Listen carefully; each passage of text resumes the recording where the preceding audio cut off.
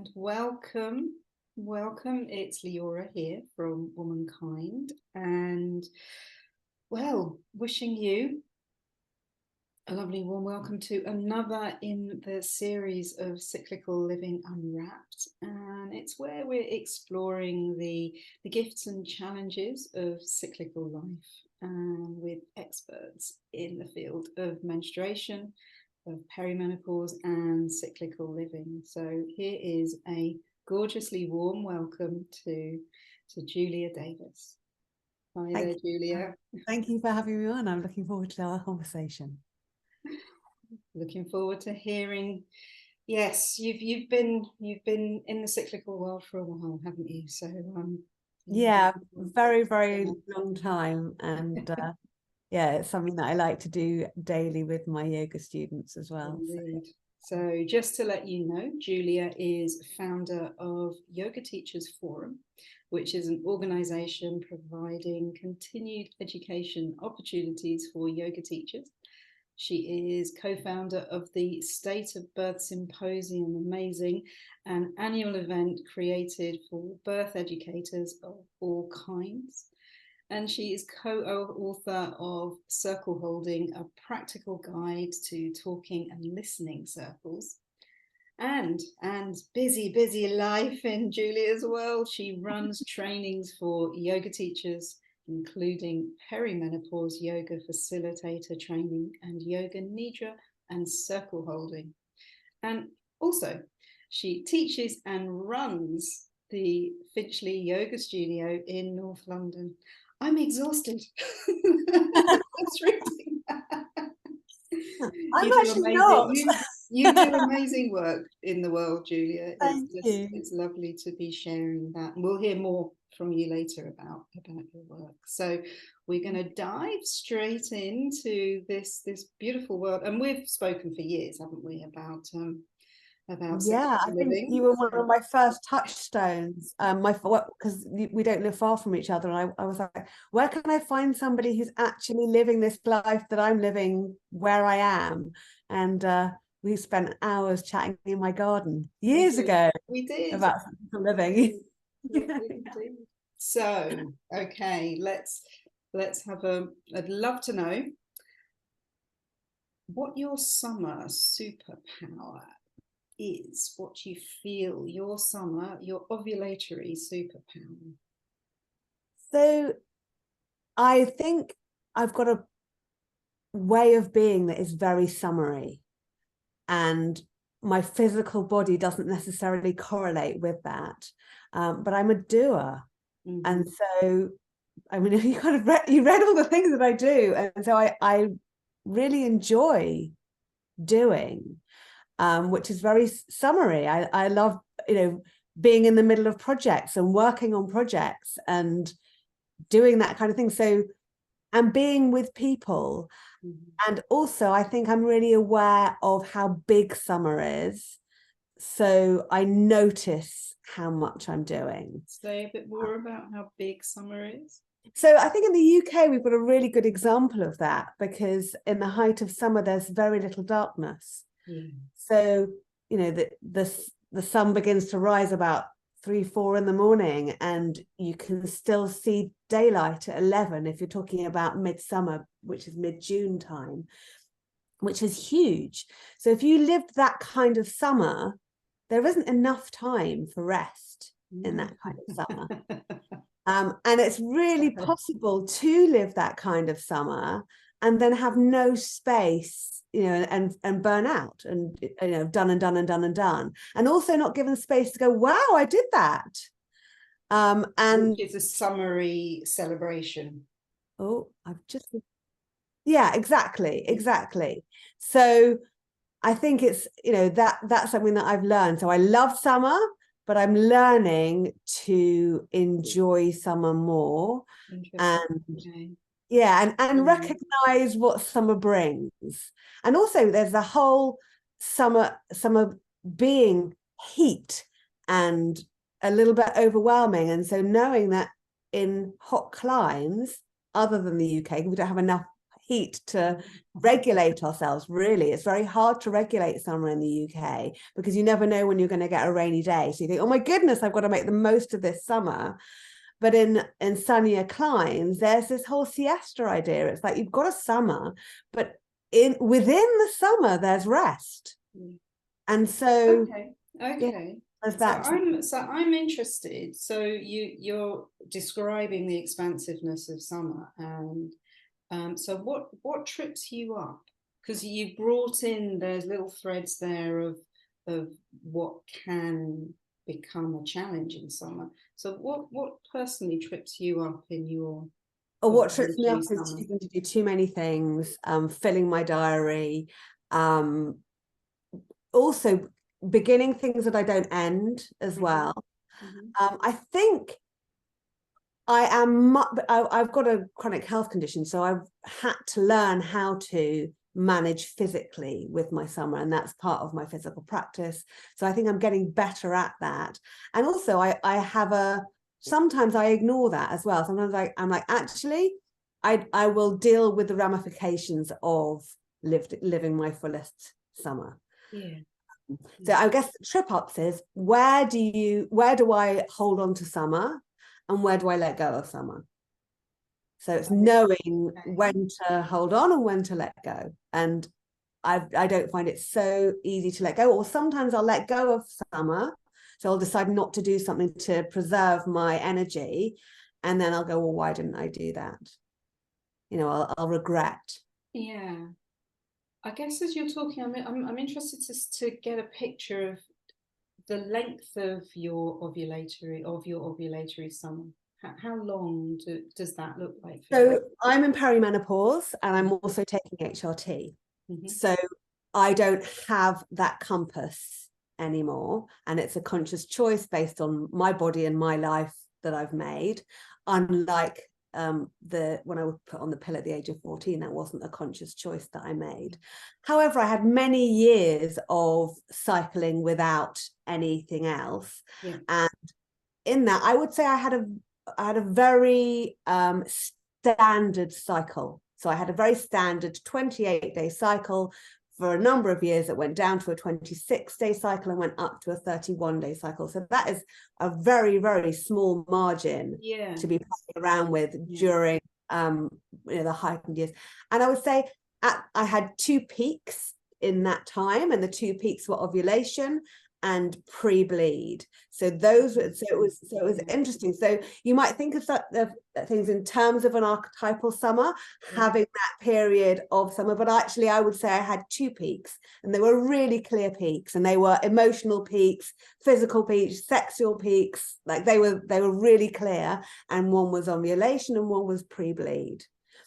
So I guess I got a nice down, and then I was very quick into spring as well. So my physical winter was not long, and it wasn't very pronounced, but I had a very, very clear need for winter practices. Well, we will come to your winter. We're holding summer, and now I'm much more in tune with the seasonal summer. I'm much more in tune with the lunar summer. So I was on a holiday and I couldn't see the moon. Well, there was a new moon, but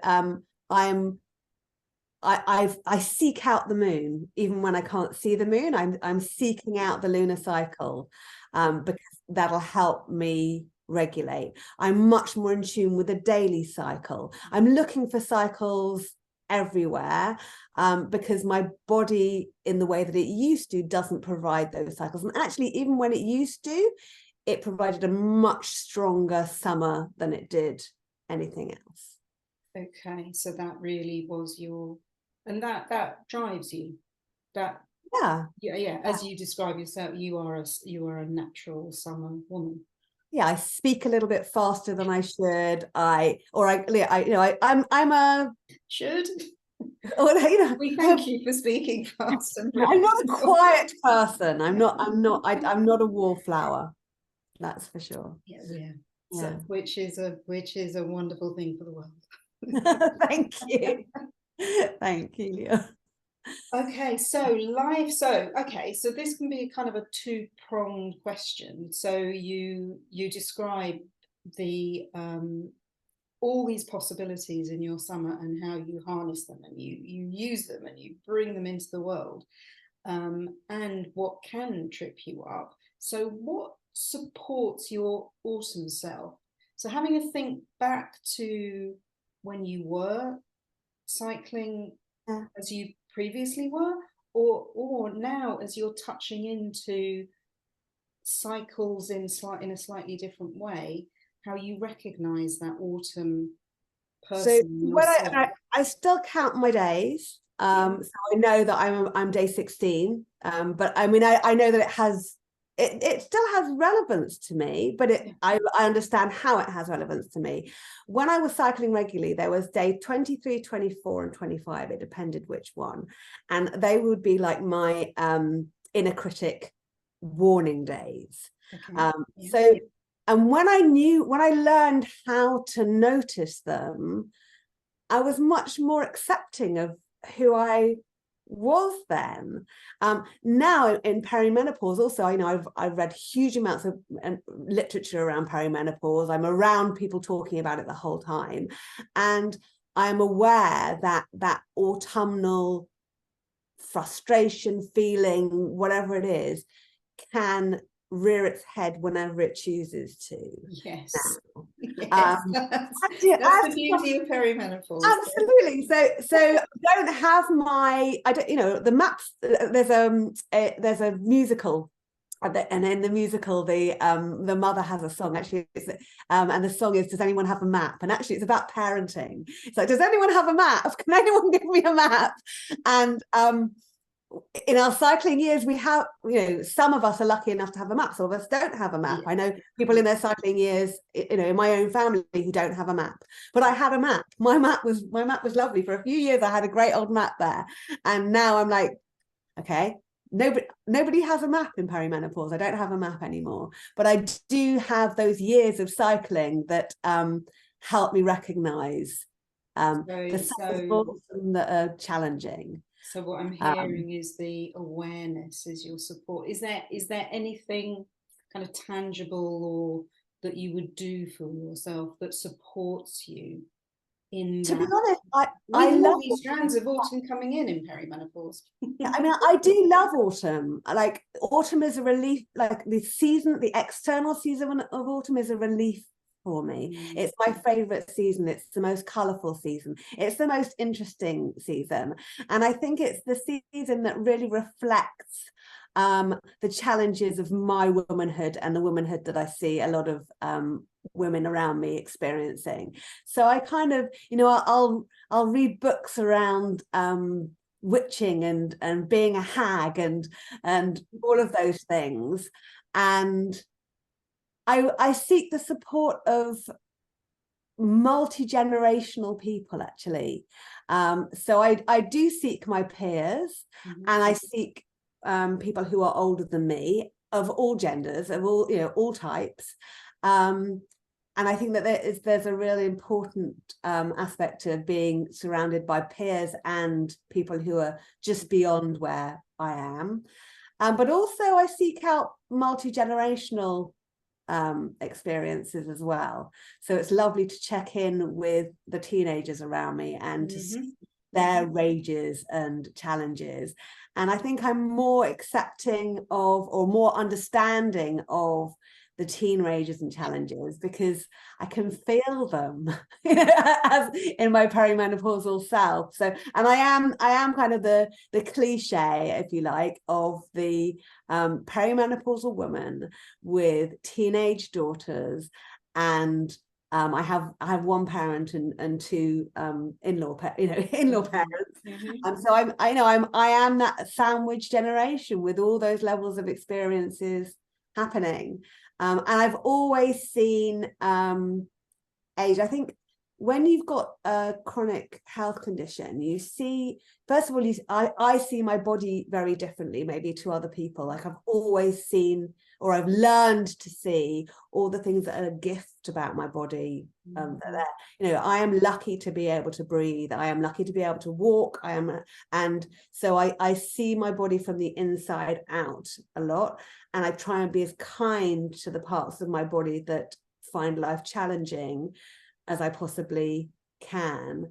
And that helps, because then you're grateful. I'm approaching 50. I'm really grateful to be approaching 50, because what's the alternative to that? Every year I get older is a gift that I've got. Every year that I can do the things that I am able to do is a gift. So celebrating aging. Yeah, and also knowing, knowing all the the challenges. I'm really 100% aware of my challenges, not of everyone's challenges, but of my challenges as I live in the body that I'm living in today. So this actually leads perfectly to the winter question of what. So this isn't a theoretical question. This is, what does rest look like for you? So rest is a practice for me. And I find various ways of utilizing that practice. So I'm a historical yoga practitioner. So I've been practicing yoga for 20 years. And before I had a regular yoga practice, I learned a technique called autogenic training, which was a deep relaxation technique. So rest for me and that technique was a technique that was taught to me when I first experienced my chronic health condition. And I was told I needed to practice it every day for it to make a difference. And I didn't. So many people have a 20-minute meditation practice. This is a 20-minute relaxation practice. I'm not religious in any of my practices now. Actually, I'll practice what I want to when I want to. I've never had a time of day that works for me.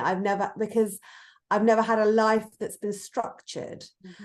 So it might be that I do a practice like at a time, any time of the day or night or evening, I'll choose to do a practice. I have a dog now, so relaxation is walking with my dog. I walk so slowly that I can rarely find, I do find people who stop and look at the birds and the flowers. But there's a tree actually that I'm looking forward to becoming autumnal that's near me. And I'll often do a daily walk and I'll notice that tree starts green and then little bits of color come in, and then I notice the colors changing, and then I notice the leaves falling. I'm looking forward to that practice. Nighttime, I've learned that sometimes sleep is easy and sometimes sleep isn't easy. And sometimes I will do a relaxation practice to take me back to sleep. And sometimes I've been reading a great book and I might spend an hour doing that, which might not be the best choice to make, but I've let go of there being a regimented choice to make. It's like I can do what I want. I hear such clear autonomy with your rest. It's like there's no rules. There don't have to be rules. It's what works for you in the moment. And that is just such a wonderful, wonderful message to get out there. It's like we can be so held in rigidity when it comes to, well, I must rest. Well, that ain't restful. I also have very, very clear physical markers that tell me when I need to rest. And I understand the ramifications of not recognizing those markers. And I think if you don't have those physical markers, mental markers of exhaustion are less easy to map if you're not following a map. So absolutely, if you meditate every day, you will notice your markers. If you have a daily practice, and some people need, there are people who so I'm in the world of yoga, I am self-employed, and there are people who teach other yoga teachers how to have a regimented way of marketing what they do. And they you have to have a plan, and you have to have your year plan, and you have to do this. And I'm not like that. I'm like, I throw things out when they feel like it. If I feel like writing a message to people, I'll write a message. If I feel like posting that, I can't be constrained. I don't really like rules. I've seen rules, and I've seen so many rules made by people that are not equipped to make those rules, that I think somebody called me an anarchist. A yoga anarchist. Well, And that doesn't more mean of you around. that rules definitely work. So if you have, if you're the kind of person that can know that at X time every day you're going to do your 20-minute meditation, or X, or whatever it is, like that, there's lots of beautiful practices, journaling practices. So writing your gratitude before you go to bed, reading it in the morning, sitting down doing a 20-minute meditation with a theme. I love free flow meditation. I love themed meditation. These are all practices that I know and love. And there have been times in my life when I have been strict with myself around them. But okay, so I'm just asking, did you find that, what do you find more restful, being free flowing or tapping into the more regimented? being free flowing. Okay. Now, there's really, that's the answer to that question, is what does rest look like for you? Your need to free flow is what I'm hearing. It is. Having said that, I have done 365 days in a row of meditating for 20 minutes a day. I have trained in autogenic training. I have trained in yoga nidra. Those are practices that have been a lifesaver for me over years. So I think it's like artists. You look at an artist's work and you think, wow, that's amazing, that's so free, that's so easy. And then you look back and you look at the training they did at art school and the work that they did to get there. And I'm nearly 50. I've had a lot of years. So I think I've got to the stage where I can make those choices. And that comes with perimenopause as well. This is the time of life to start saying, I'm going to do things my way now. It's really important. And isn't it great when you've been a cyclical liver that you I mean, for me, I'm a reasonably, well, mid to late perimenopause person. I was cycling very regularly at 45 with no real signs of perimenopause. But the road is long in perimenopause. So there's a long road of growing freedom and trip ups. And a lot of unknown. Just a huge amount of unknown. Yeah, too right. And I think it's interesting when you've got teenagers going through it, because it is an unknown and it is scary. And I think about the fear of doing things. And it's funny when you're somebody who presents as confident, no one can imagine that you have the same fears as everyone else. But I absolutely do. I think, oh my goodness, am I going to take that step?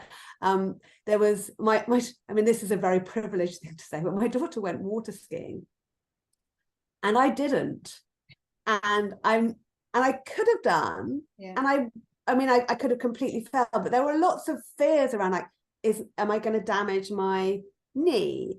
It was more around physical limitations, and am I going to hurt myself? A lot of my physical things is like, if I do this, am I going to hurt myself, and will I be able to recover? So that okay, so this leads quite beautifully into spring, which can be such a vulnerable time, and you're describing that your daughters are in the spring of their life, and there's a lot that you are touching spring in really precious ways at the moment. But for you, within you, what would you say the challenges either were in your spring? or how you recognize spring now? What's most challenging for you? So I think I've got a spring personality. You know, you kind of look at people and you think, like my brother won't mind me saying, he was born 40. I mean, he's now over 50. He was born 40. He was born with like gravitas, and I don't have that gravitas. I think that I've got a bit of teenager in me. And so I don't think I'm ever going to lose the vulnerability of teenagedom and the boldness of teenagedom. I think I've got that in abundance. Okay. And actually, I'm still cycling in the whatever way that I am, but I have a tendency to full throttle into spring. Absolutely full throttle into spring. Yeah. And then I'll have the feelings of vulnerability that go with it. It's almost like I'm almost like a full stop. There are things that I'm too scared to do in spring, and then there's things that I'm like, I'm just going to go blindly into spring, because if I open my eyes, I might not do it. That's kind of what I'm like. I'm like, I don't know whether you're interviewing Tessa, but like the number of times I phone up Tessa and I go, let's do this. So Tessa Sanderson, who I run the Circle Holding and Yoga Nidra, the books I've co-written with her. The reason why the books happened is because I phoned up one day and said, let's write a book about this.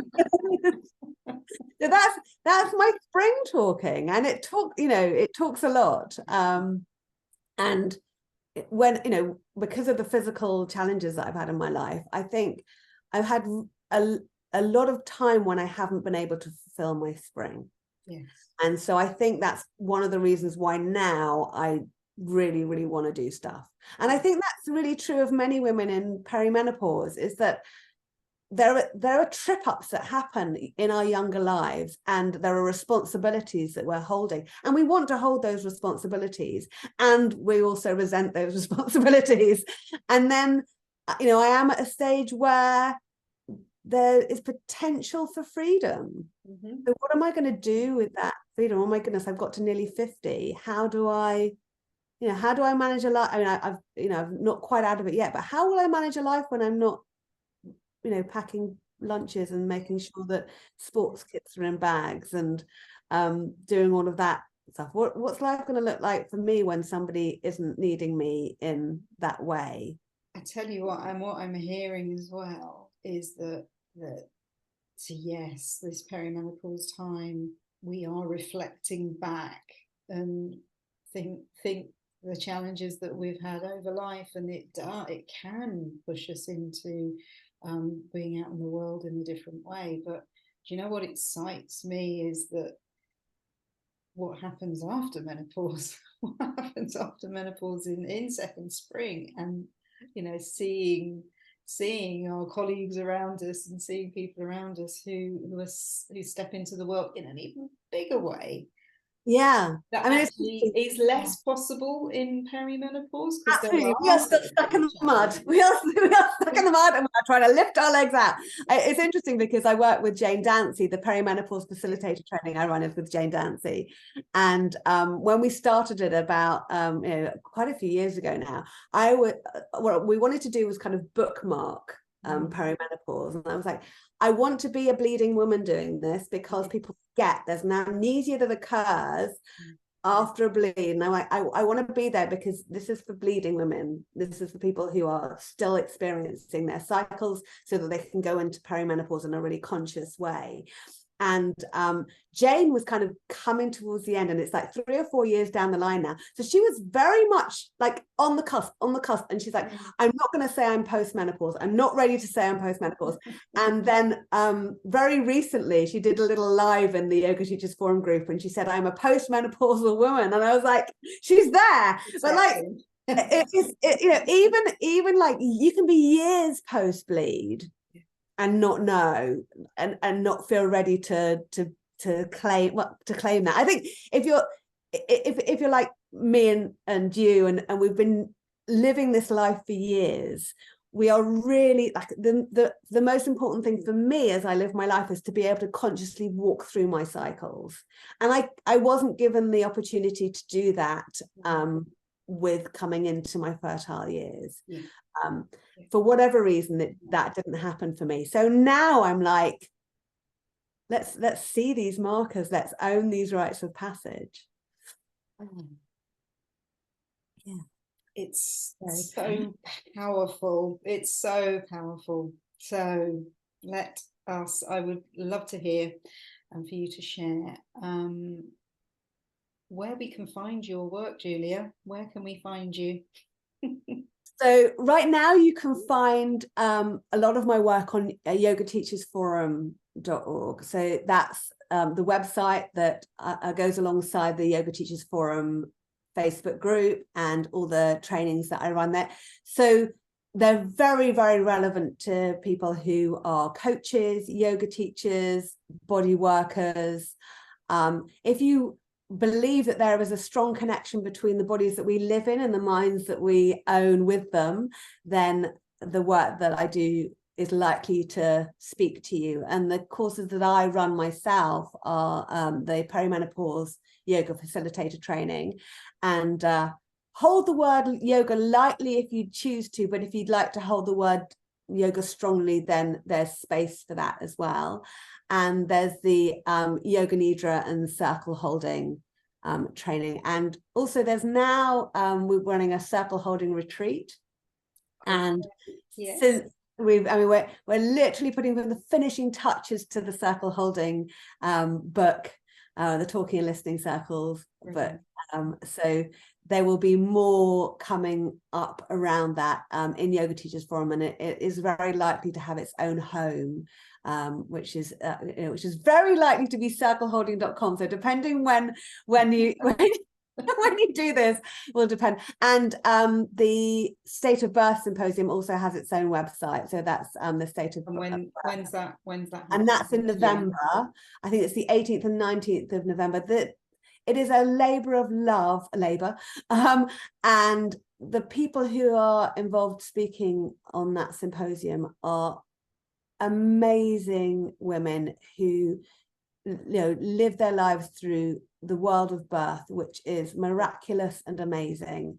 And I'm really proud of the people that we've gathered to be part of that. It's a really, really special thing, and it supports an amazing charity which is called the Happy Baby Community, and they support refugees, and that is, I'm actually going to see the charity in September. I haven't actually been, and there's an amazing situation that I had somebody help me out when my babies were little and I was juggling everything.